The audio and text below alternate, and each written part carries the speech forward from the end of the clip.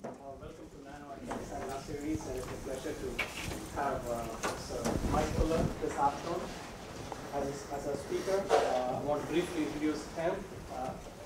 Mike Fuller is an associate professor at the School of Chemical and Biomolecular Engineering here.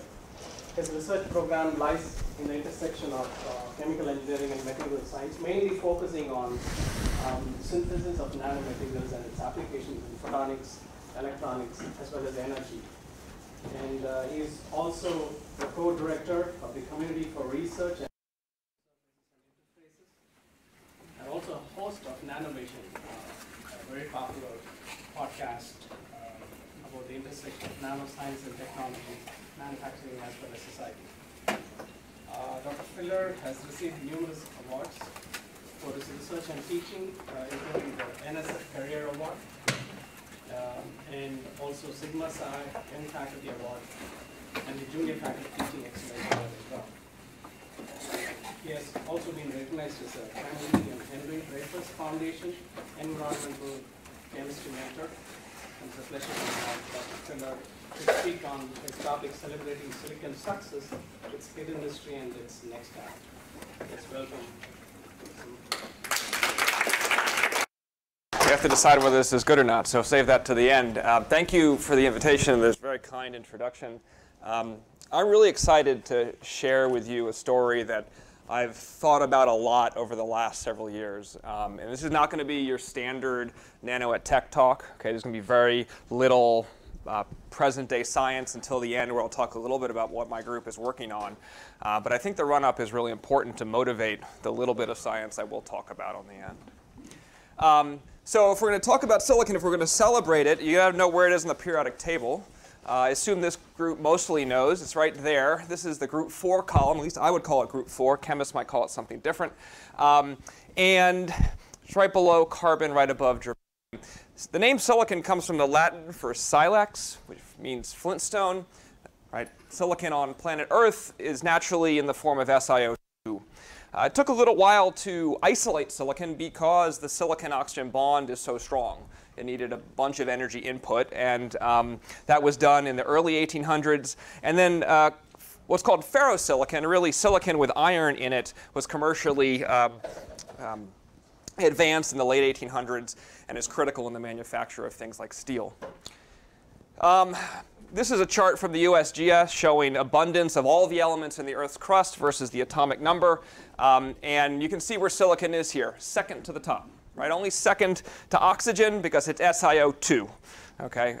Mostly oxygen, and 1/3 of that is silicon. Right? You go to the beach, it's all around us. You go dig up some ground outside, it's everywhere. Okay? Silicon is around us all the time, and I don't mean in your cell phone. Let's talk a little bit about how we get to the material that I want to talk about today, which is electronic grade silicon, the kind of silicon that's used in electronics. Again, it starts as quartz, 33% silicon. When it starts, its abundance is effectively infinite for all intents and purposes in the Earth's crust. And that form of the material is used extensively. I mean, that's the largest way we use silicon as silica in construction and glass making and you name it, lots of things. However, if you want to use silicon for the elements properties, you need to go through a bunch of refining.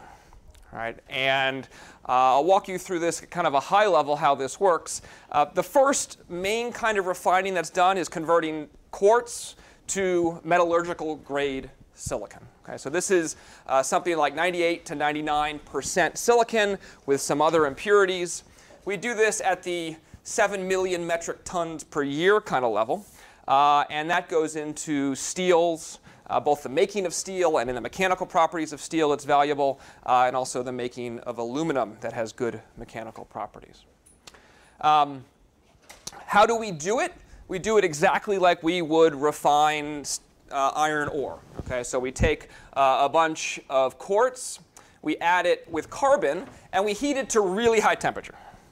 Okay? And we heat it to high temperature, but what we want to do is we want to have that carbon react with the SiO2 to form silicon metal and carbon dioxide, which is then emitted from the crucible, collected somewhere else. But the point is to remove the oxygen from silicon. And this is done at a pretty high temperature because, again, the silicon-oxygen bond is really stable.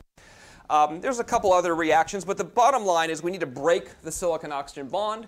We send that oxygen somewhere else with carbon, and then we harvest the remaining silicon, and we might resolidify it. We might crush it to a bunch of little particles, and that's metallurgical grade silicon. And that's what will be sold to a steel manufacturer for making steel, for example.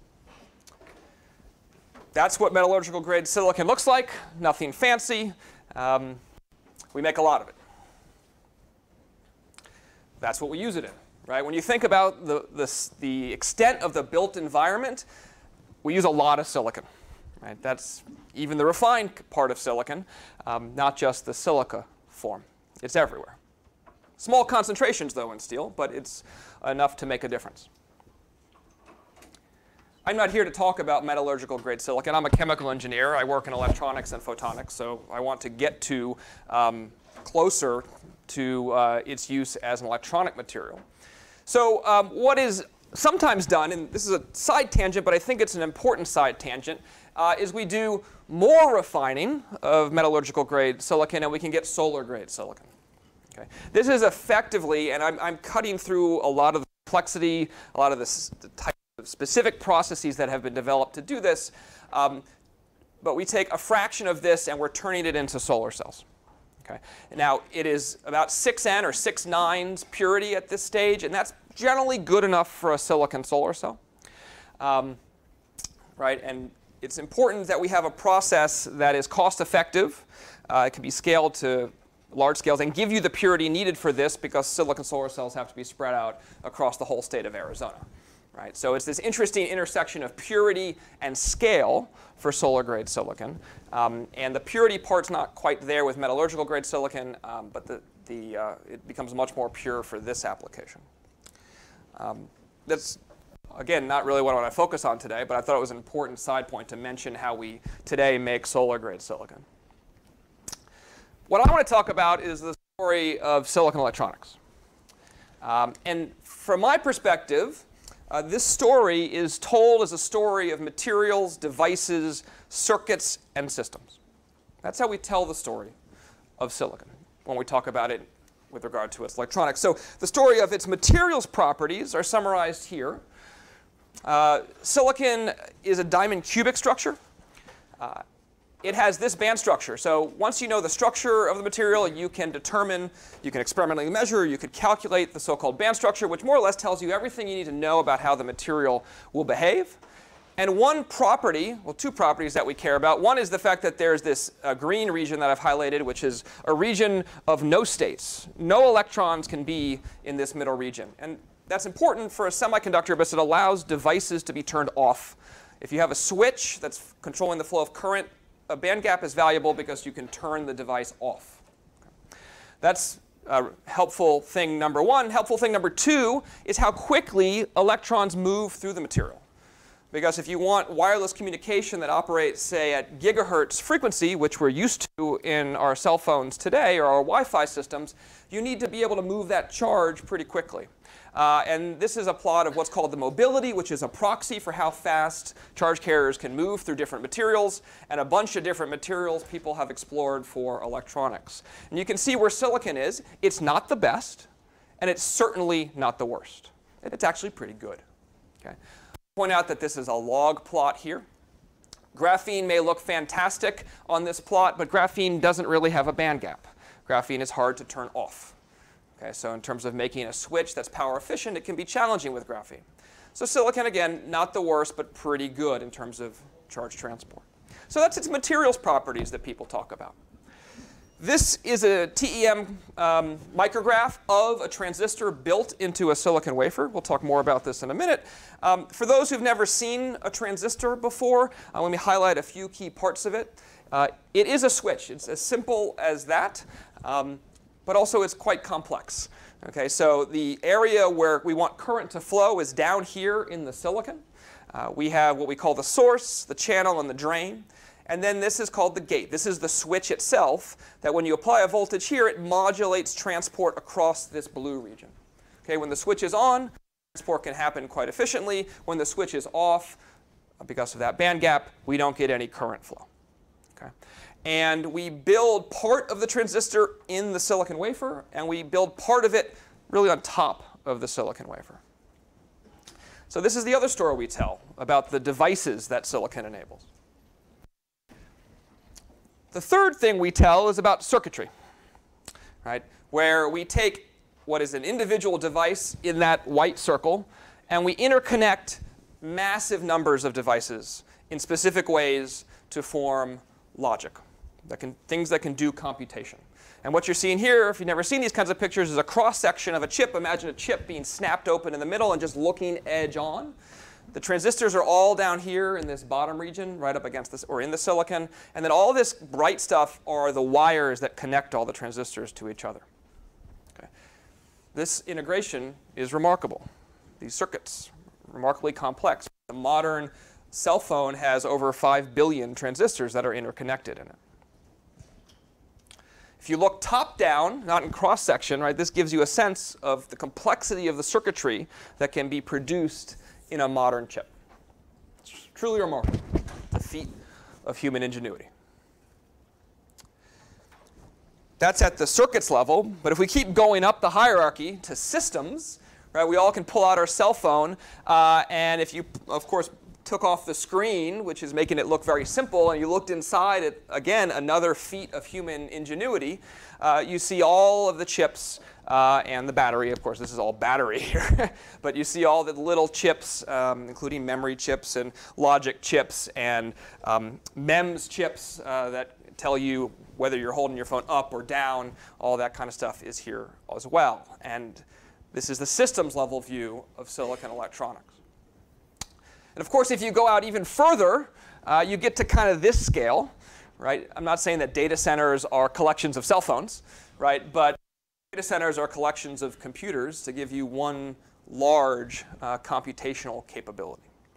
It's truly amazing, all these length scales from the nanometer scale transistor all the way to the meter or tens of meter scale in a data center.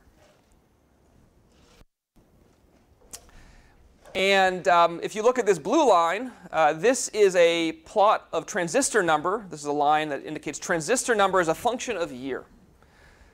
Right? This is remarkable. This is Moore's law, basically. People talk about Moore's law. They talk about how every year we seem to get a certain amount more transistors packed into a circuit. And that's kind of embodied by this line. It just keeps seemingly going up.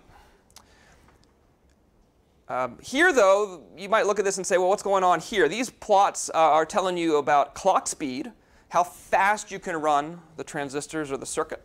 And this one is telling you about how much power is required to run the circuit. Or related to power dissipation. And that's plateaued. And it's been plateaued for about 10 or 15 years now. Right? So that's interesting. Why haven't our clock speeds gone beyond gigahertz in the things that we have in our cell phones? It's largely this reason. Right? If we went faster, we'd produce more heat per unit area, and that's really the problem. It's heat per unit area. When you're producing that much heat, you'll basically start to melt things. Okay? So we have to intentionally not go faster to not melt things. But we're, of course, seeing the cracks in the idea that we can just keep adding more transistors, packing them denser and denser and denser, and that everything will be fine. That's kind of the chink in the armor, one of the first signs of the problem. This is another really important sign. This is a plot of transistors that you can buy per dollar as a function of year. Right? Economically speaking, Intel needs to sell you more transistors for the same or fewer dollars every year. They're not going to do so well if they come to you one year and say, well, we put in 10 billion transistors, but it's going to cost you 2x. That doesn't go over so well. Right? And this is a problem. There is an increase or a plateauing number of transistors you can buy per dollar. Right? They're not becoming as cheap as quickly. That seems to have plateaued. Economically, that's a big issue. Other issues that I'd like to point out about the way we currently do things. This is a modern fabrication facility. It's one area of a sprawling facility to produce these remarkable systems or circuits. A modern fab costs over $10 billion. You might say, well, electronics is a very wealthy industry. They produce a lot of things. We need a lot of circuits and chips, and so it's fine. The problem is, from my point of view, that very few companies can innovate at this level of capital investment. Right? We have like 4 companies in the world that can invest the kind of money it takes to do this. To me, that stifles innovation. And certainly at that level, those companies are not as willing to innovate in interesting ways as they would be at $100 million or at $10 million. That's a big issue from an innovation perspective. You can see the cost of just doing the design as we get transistors smaller and smaller and smaller. And I guess I didn't really talk about that, but one of the goals for a long time and what drives Moore's law has been shrinking devices. The more you shrink them, the more you can put per every unit area. And so while we've done that pretty well, in recent years, as we've gone to 10, 7, 5 nanometers, the price to do so is getting expensive as well. So it's not just the cost of the fab, not just the cost of the design part and the R&D, and it's not just the limiting thermal problems. There's a whole slew of things that are kind of coming together. Now, believe me, I'm not counting the industry out, so don't take me as someone who says it's about to fall apart. I don't believe that. Okay? But I think there are new opportunities, which is partly what this talk is about. And so because of all these things, people have been exploring, and rightly, all sorts of other options. Right? All sorts of other options to get around these issues. Right? Maybe faster devices, maybe different manufacturing concepts, et cetera. I've just put 2 headlines here. I mean, there's just a plethora. People have explored the 2D materials like graphene or molybdenum. There's now interest in just alternative computing paradigms like quantum or neuromorphic. And these things should certainly be pursued. This is another view of basically the plethora of things that are being tried right now.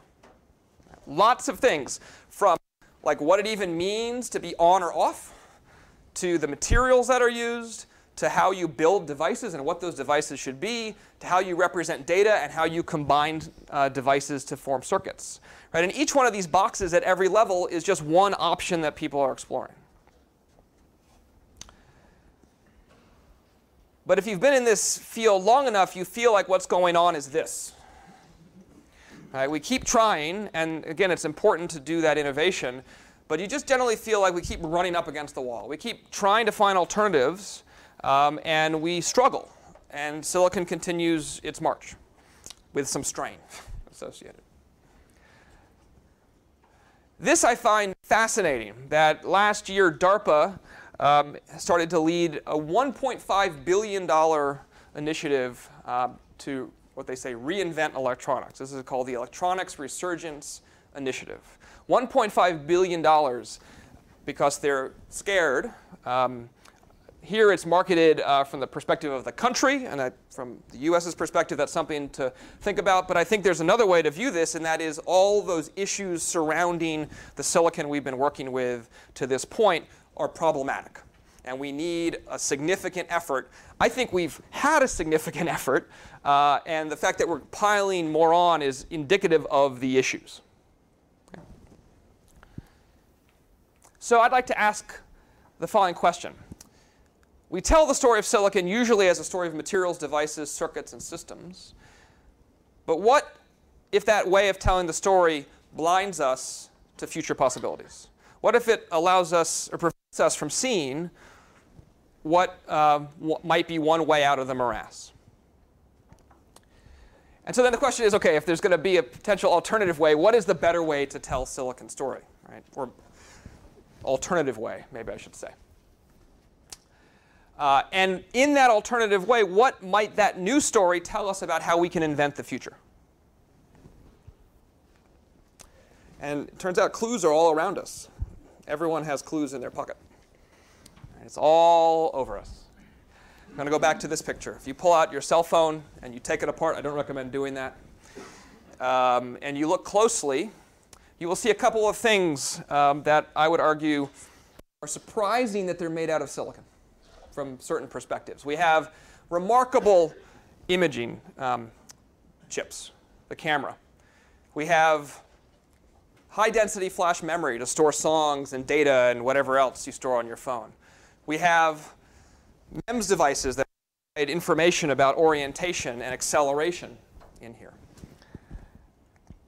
And it's kind of odd that they're made out of silicon. Right? This is an image sensor from the Samsung Galaxy S8.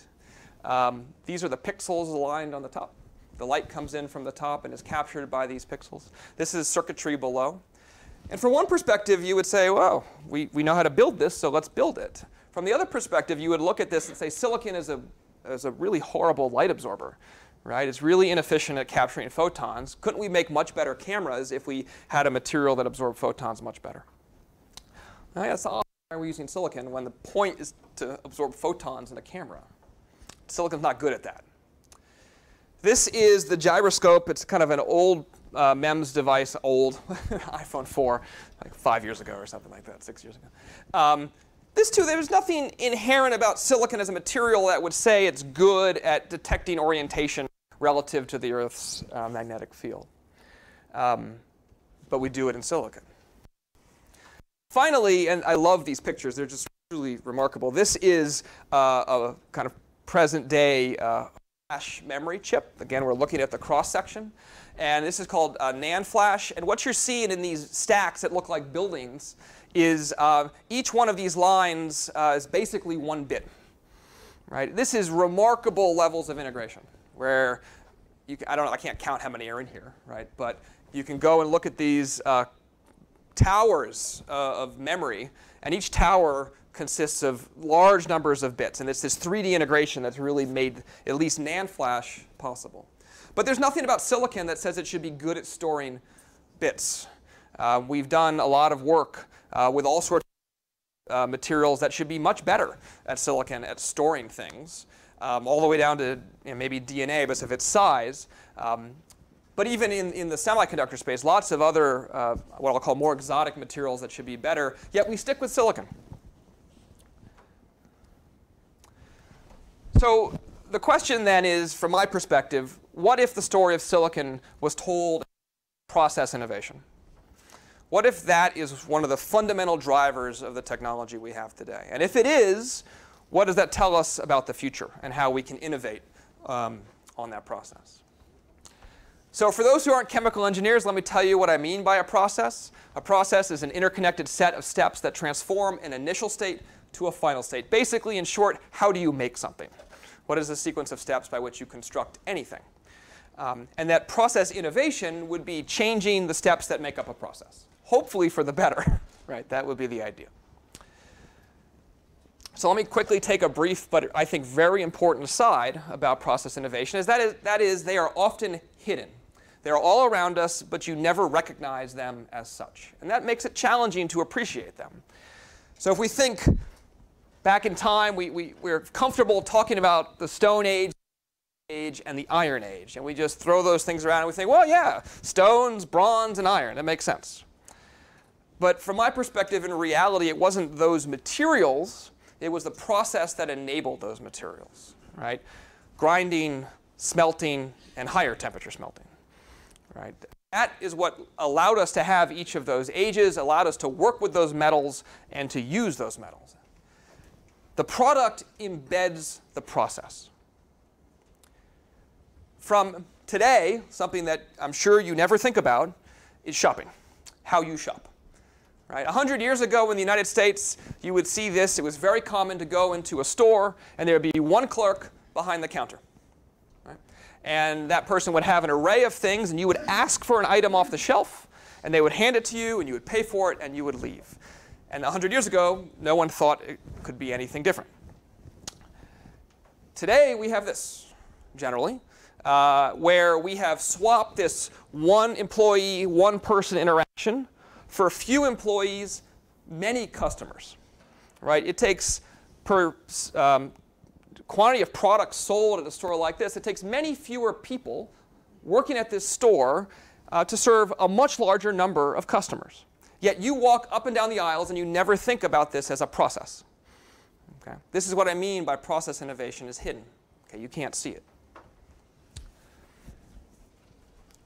I would argue that silicon integrated circuits embed three really important process innovations. Okay? And they still do after all this time, and you'll notice the dates here. The first one is what's called the planar process. The second one is monolithic integration. And the third one is Czochralski growth, crystal growth. And I want to go through each one to give you a little sense of that innovation.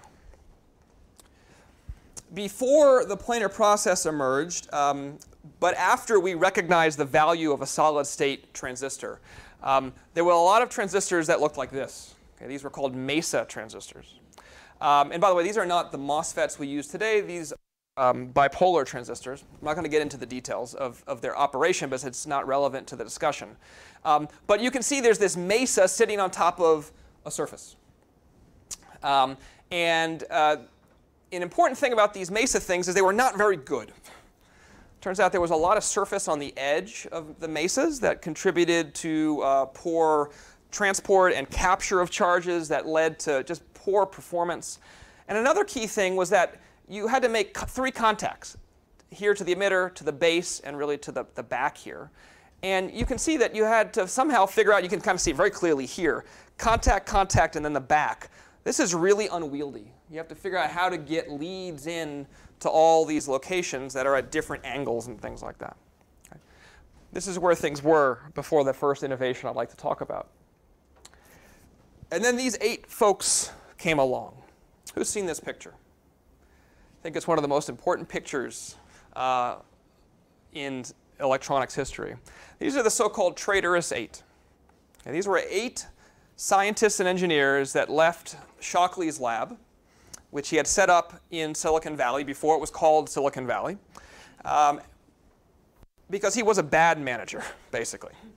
Okay, they didn't like working for him. Smart guy, hard to work for.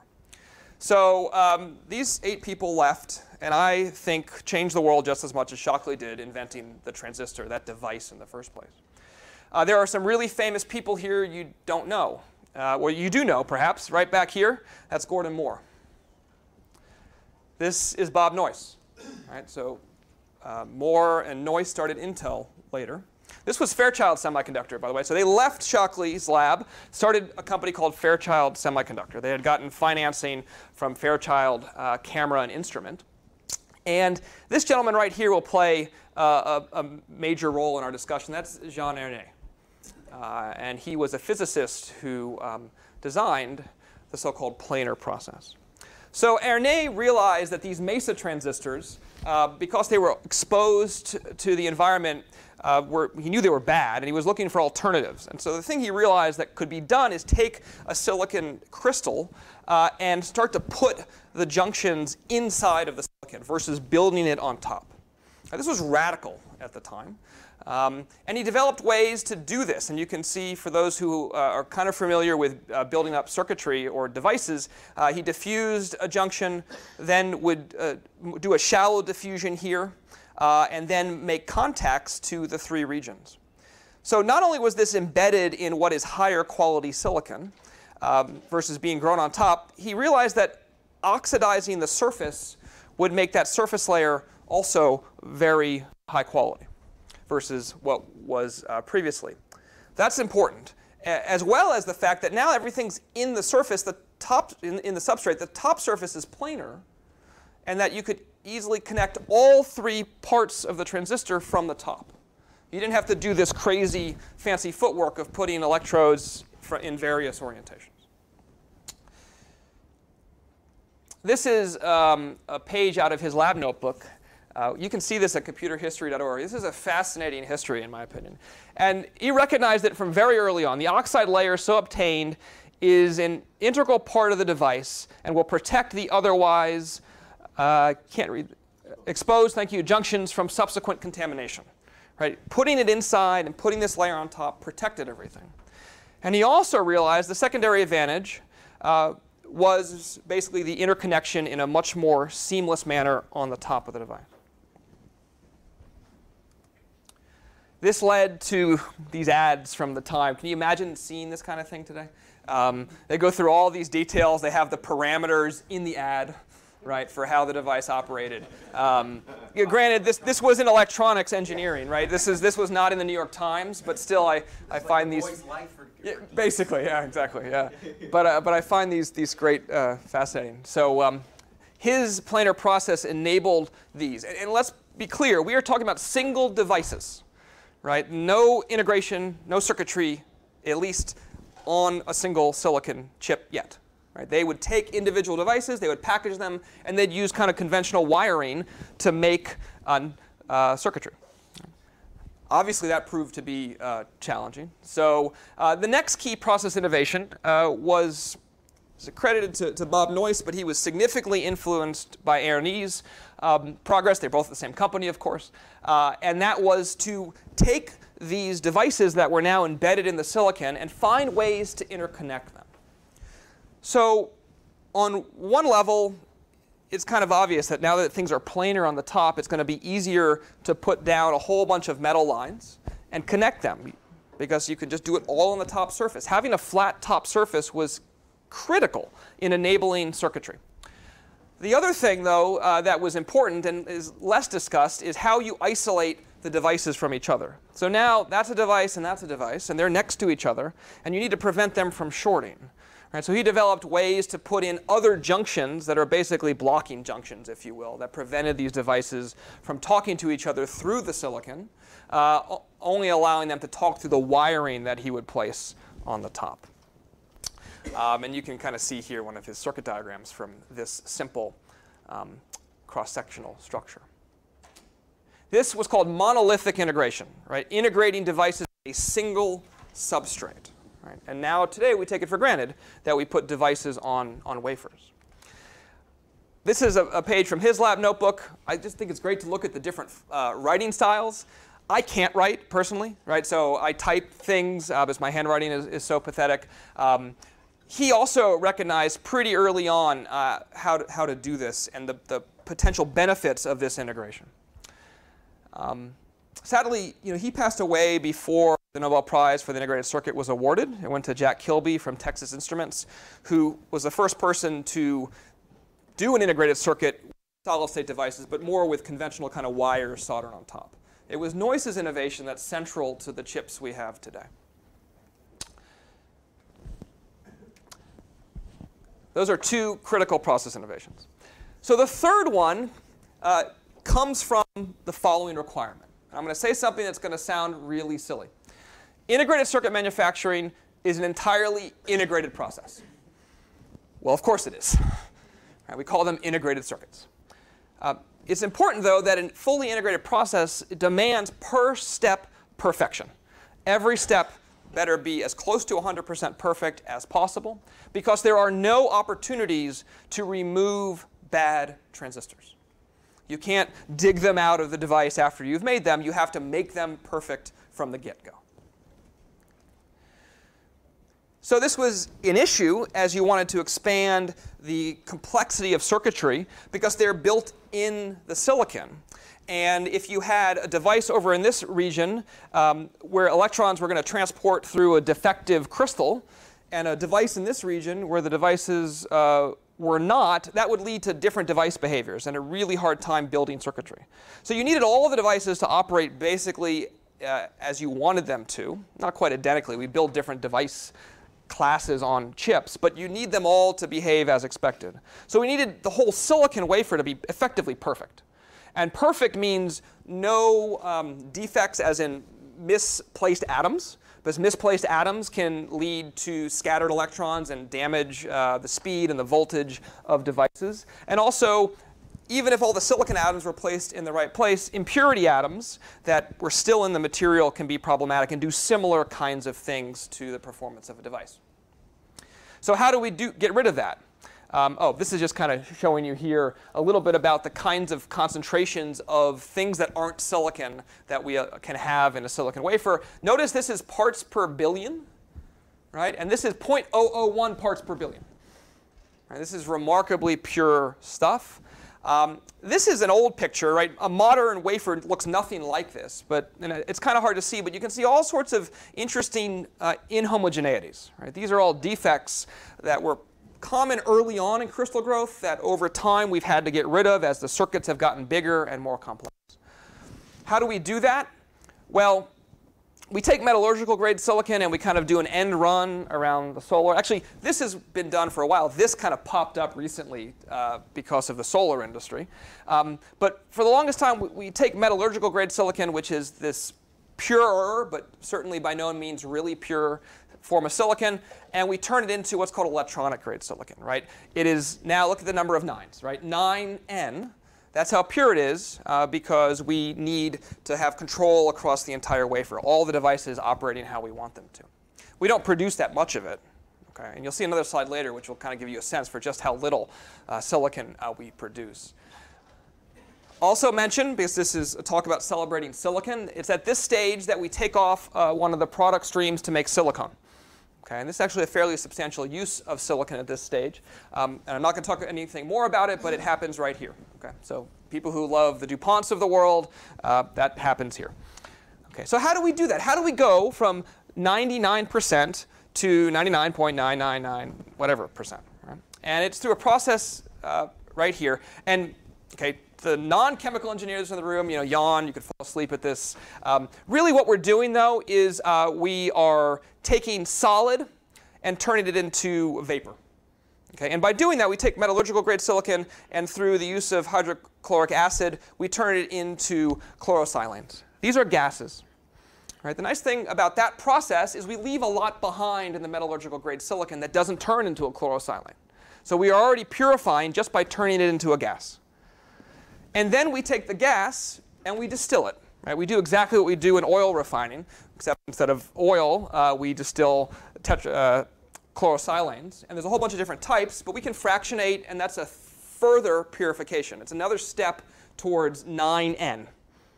Right? The final step towards electronic grade silicon is to do reprecipitation. So now that you've purified this gas, you reprecipitate it into polysilicon by effectively doing the reverse. Okay? And there's kind of another separation that happens there. The most significant is here, and that gets us to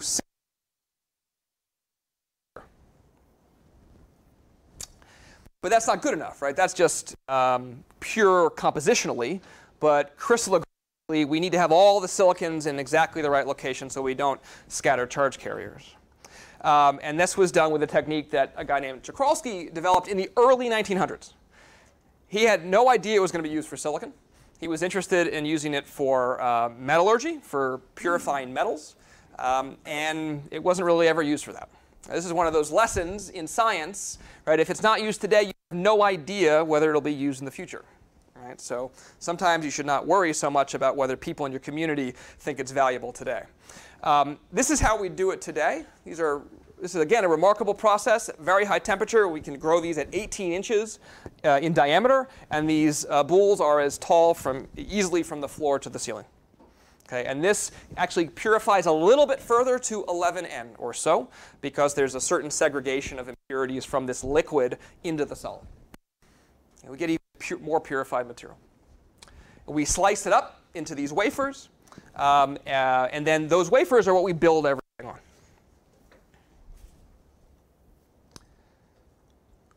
Silicon integrated circuits embed those three things. In my opinion, those are the process innovations that enable the world we live in today. These process innovations have underlied integrated circuit manufacturing for 60 years.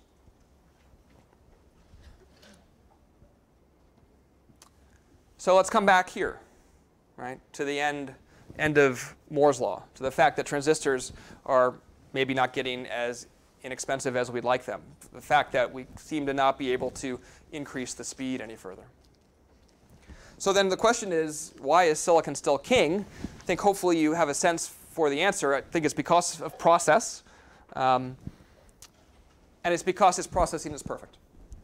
Over 60 years, we have developed, through tremendous investment in human time and capital, an effectively perfect processing platform. other materials fundamentally cannot compete with the perfection of silicon. And in my opinion, any attempt at perfection is likely to require a similar investment over a similar time frame. The idea that we're just going to get as good as silicon with some new material in a short time scale, I think, is crazy. It took a long time to get here, and yes, we're better at certain things, but there's going to be all sorts of other things you'd run into with whatever the newfangled materials. Do we need new materials? Certainly. Should we think about processing them the way we've processed silicon? Probably not. So what's needed? So the first thing I'd like to propose to you all is a break from what I'll call the tyranny of integrated manufacturing. Now, you might be sitting there saying, yeah, fine, but I have my cell phone and it's awesome. And I 100% agree. But I think there are large white spaces that cannot be touched by current manufacturing paradigm. Those are the spaces me and my students are most interested to pursuing. Am I going to go knock on Intel's door and say, ha ha, next week we're coming for you? No, that's not going to happen in a million years. But I do think there are tremendous opportunities to do process innovation around electronics manufacturing to get us away from planar processing and monolithic integration. This is the tyranny of integrated manufacturing. This is kind of engineering 101. Right? This is overall yield of an overall process versus number of processing steps. Right? This is very simple. If I have 99.9% yield at each step of a 100-step process, I will have the overall thing I'm trying to make yield at about 85%. That's a remarkable yield.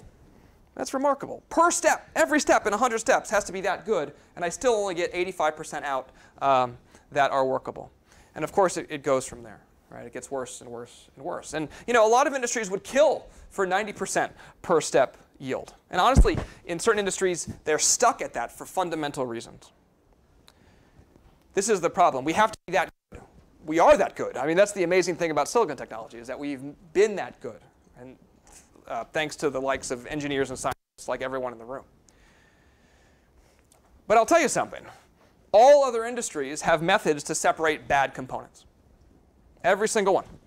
And if you know the semiconductor industry, they do this kind of thing as well, but on very different scales. So they will, at the chip level, separate things and say, this is a good chip, this is a bad chip, this is a mediocre chip. Right? They do some of this, but not to the extent as many industries.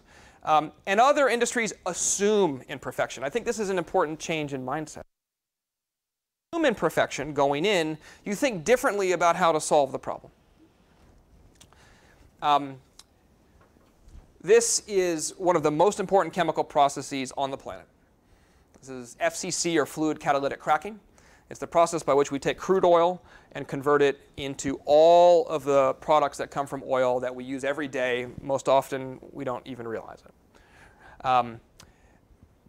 The main event happens here. This is the reaction part. This is where we take crude oil and we break it into a bunch of fragments. And this is intentional.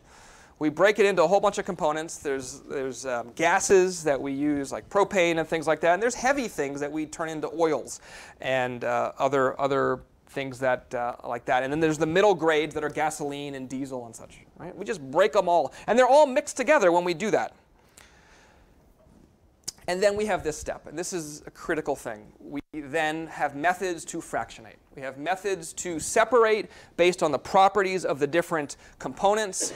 We put all the gases, we put all the oils there, we put the gasoline there. We have methods to do that, and this is distillation, but in general, in chemical processing, we have methods to separate. Yeah, so that is, I think, really important to realize. And it's not that we throw stuff out. This is another important thing to recognize. It's that we fractionate and sell to everybody. Right? The viability of a process has little to do with the temperature of the process. It has sometimes to do with the cost of the feedstock, of course. But one of the main things is, can you sell everything you make? And by fractionating and finding buyers for the different fractions, that's what makes, in this case, oil refining as cost effective as it is. Why gasoline is as cheap as it is. So let's go back to silicon. Right?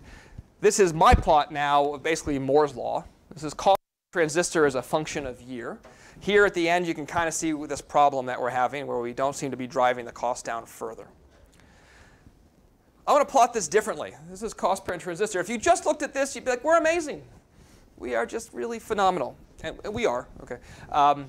Let's plot it differently. Let's do cost per mole.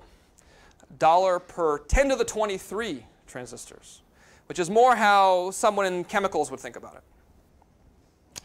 And then let's compare it to a couple other well-known chemicals: gasoline, aspirin, and Lipitor.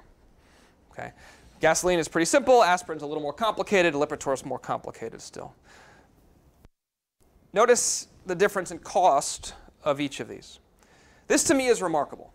Right? Now, there are certain caveats here, but the gap is tremendous. And I think there are opportunities to help close this gap. Right? And that requires new processes developed.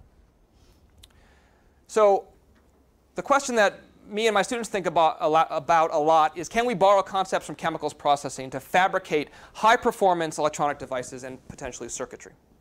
Do we have all the answers? We do not. But we think there is an interesting opportunity here. And if you can do that, what technologies might be possible with a fundamentally new circuit processing paradigm? There are things that look like this. And I showed you this a minute ago. And we think, oh, yes, steel. Sure, steel is produced on large scales, of course. But wouldn't it be great if we could produce electronics on a scale commensurate with this, right? Where we could have buildings that are the data center, right? Where we could have sensor nodes like IoT on steroids times 10, where we're able to detect most everything in the built environment on a regular basis, where things are effectively disposable, right? Where the cost per device or per circuit is orders of magnitude cheaper. Where we could put circuitry in pills. All right? We make trillions and trillions of pills every year, and there might be, we think, my collaborators and I think, that there are ways to do simple circuitry that could wirelessly communicate to your doctor every time you took a pill. Right? The idea being, is my patient taking the medicine? I don't want to have them intervene in that process. Right? And this could do that. Or know when every seed in this field germinates. Right? Collect that kind of data and do much more efficient farming. I'll show you this slide real quick, and I'm going to try and move through the last couple slides. To give you a sense for the scale of the things I showed you in those previous slides and what we do with silicon today, right? We're down here with ICs, a couple miles squared per year. Right? We have orders of magnitude higher throughputs for lots of other things. Right? And if I took like volumes of seeds, I mean, it'd be off the charts. Right? So this is a fundamentally different scale. I'd love to keep silicon's good side. I don't want to do this by sacrificing the device performance. So silicon's not a bad material to use. Just from our point of view, a process change would be valuable. And so this gets to a little bit of the science we do. My lab works on bottom-up crystal growth. So this is making transistors grow themselves, basically. Right? So we can choreograph this crystal growth process where we deliver semiconductor atoms and dopants from the gas phase. They collect in a particle that looks like this, and then they get ejected into a single crystalline material. We've done a lot of work in this area over the last little while, and I want to show you a few examples. So a postdoc in the lab, Gozda, has done really tremendous work controlling the delivery of these dopant species. That is basically a proto-transistor source channel drain. But you shouldn't believe me, but it's just an SEM image. Right? But if we selectively etch that, you can see that the intrinsic region, which is serving as the channel, etches more rapidly than the doped regions. And she's so good at this growth process, she can do this till the cows come home. Okay, so this is growing source channel drain. And if you look at this width right here, it's already below 200 nanometers. Right? So if we could build a transistor from this, we'd have pretty good performance with a fully grown transistor. And then Amar in the lab is working on the kind of the next step, is how do you get transistors not to just grow themselves, but they have to pattern themselves. You have to put that switch on top of the channel. How do you put the gate on top? And so he's been developing a method that takes that kind of encoded chemistry, although not with the etching, and he patterns it. So this is a polymerization that he does, and then he can remove the polymer selectively. No light, no electrons, and this is done with a chemical method. Right? So it's very scalable, in our opinion, to the kinds of scales of things I was talking about, eliminating top-down lithographic methods. we need to be able to produce a lot of these. And so we're pursuing a method we more microscale spheres. We have methods to create porous particles like this that we can put the seed particles in that drive that growth process I was showing you. Here are those seed particles on the interior. And we can get the gas that contains the semiconductor atoms and dopants to diffuse through that outer shell to those seed particles. This is a powder. I'll show you a picture of it in a second. This is a bulk powder. You could see it with your eyes. You can imagine loading that into a standard chemical reactor, processing it, growing these kinds of transistor structures, and then harvesting it from the end, at the end. Right? And maybe it's homogeneous wires for certain applications, and in electronics, you really want to grow devices. I will give you a quick metric because I think this is important as a take-home message, that in a single kind of standard size chemical reactor, you could produce as many devices in one day as the entire semiconductor industry produces in 1 year. That's what Maritza's geodes look like pre-processing. And I think I forgot to put a picture in here of the wires inside, so I apologize. And the final thing, and I'll just say it briefly, is that you have to separate. Right? I've been talking about both the synthesis and the separation. And we've been working with collaborators at Rutgers to, in a high throughput manner, take wires and figure out what their conductivity is and fractionate and send them in different locations. Is this process scalable yet? It certainly isn't. Does it work for junctions, proto-transistors? Yes, it does. So we're taking baby steps in this direction to separate devices based on the properties of the device. Similar to what we do in distillation, where we separate molecules by their vapor pressure. Okay? So developing techniques like this. And I'll leave you with this final thought, is that one shouldn't, this is a quote from Nobel laureate Wolfgang Pauli. This is one of my favorite quotes about semiconductors from 1931, before things really got going. One shouldn't work on semiconductors. That is a filthy mess. Who knows whether any semiconductors even exist? Right? Wouldn't it be interesting to have him come back today? And then I think you could say something similar about what we're working on. One shouldn't work on alternatives to planar processing. It's hard. Who knows whether anything can beat it? I don't know. But we'll find out. So thanks for your attention. I'd be happy to answer any questions.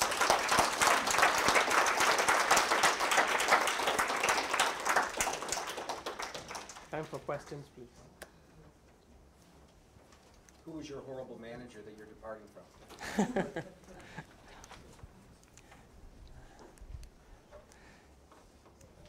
So what do you think are the next hard challenges that need to be addressed? You talked about that, the manufacturing and the distillation. You haven't talked about going from the devices to more complicated. Right, OK. So yeah, I probably should have a slide there. And this is Gregory Aboud, who's a collaborator from Human-Computer Interaction. And so Gregory's team has done really interesting work trying to figure out what you can make with large numbers of individual or small numbers of devices, right? So I think we're blinded in a sense because we're used to connecting so many transistors. But if we take the other view, is what can we make with few transistors that are high performance, like silicon? His team has developed an autonomous sensor that takes one transistor and can wirelessly communicate audio. Right? That's tremendous that one device can do that. And I think the second answer to your question is we're generally blinded by, the process is hidden and we're blinded by the success of silicon. That sometimes we think it's either too hard or there's no need to do new things in this space. And so that's one of the biggest challenges we run into, is convincing people that this is a pursuit that's worthwhile. But that's an important question, and I think we'll be making things that are 1, 10, 100 transistors in the early days. But I think that is an entirely new way to think about how you build circuitry. So simple things made at scale. That are scattered around, that maybe can communicate with each other through simple means. I think that is an interesting new paradigm. So you were showing this concept of a wall for silicon, and we've had that roadmap that has been showing us that end wall for a long time now. What is your wall? Do you have one with this, or is it just we don't know how to get there? I don't know what the wall is. Yeah, it's a good question. And you make another point that, and maybe silicon will keep on going. And I don't know whether it will or not either. Right? I'm not going to make a statement about that. But yeah, I think integration is key. So coming back to this, which is why we spent a lot of time thinking about what are interesting technologies that use very few things and are connected. right? But I can envision devices that are 10 to 100 transistors, but that you can make trillions of them, or many more, quadrillions of them through processing paradigms like this, right? So it inverts, it changes how you think about what electronics should be, right? From these systems that are massively complicated at the chip level to something that's pretty simple, but because I can make quadrillions of it and they can interact with each other, that new things might be possible. And so that kind of turns the current paradigm on its head a little bit. We have to get there, of course, but I think that interconnection thing is just something that we have to work on. But we have ideas for how to do it.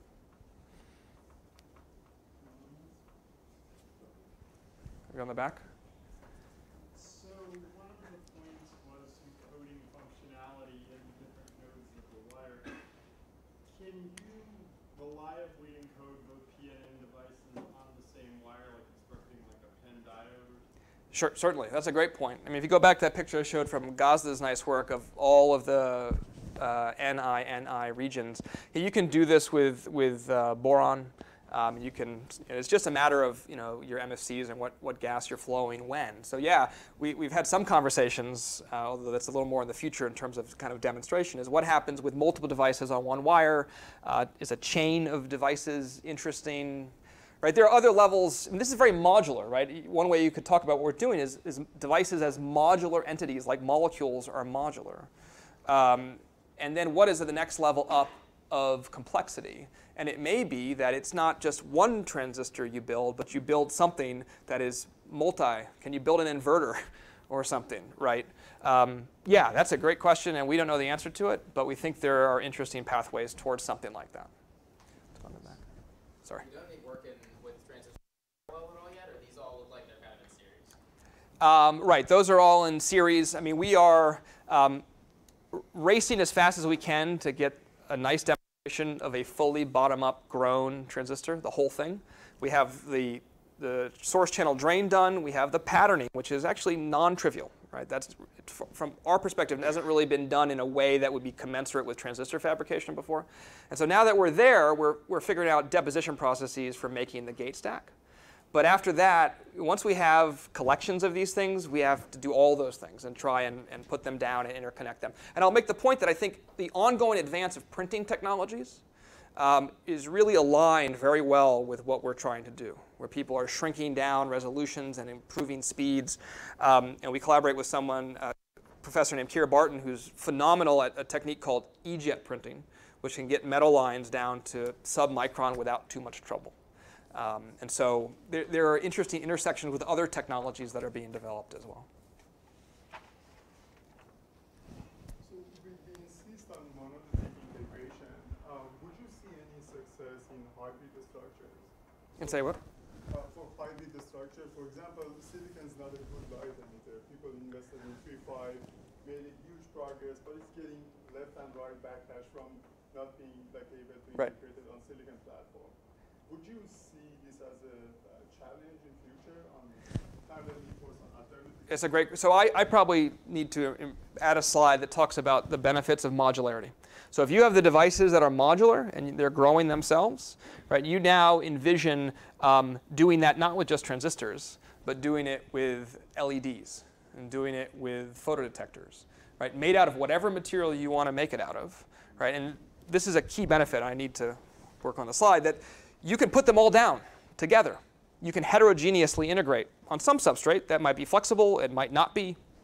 But because you can make modular components, then that opens up these opportunities to bring in materials that we're all working on that are exciting and better than silicon in many ways, but that can't compete with the perfection of silicon.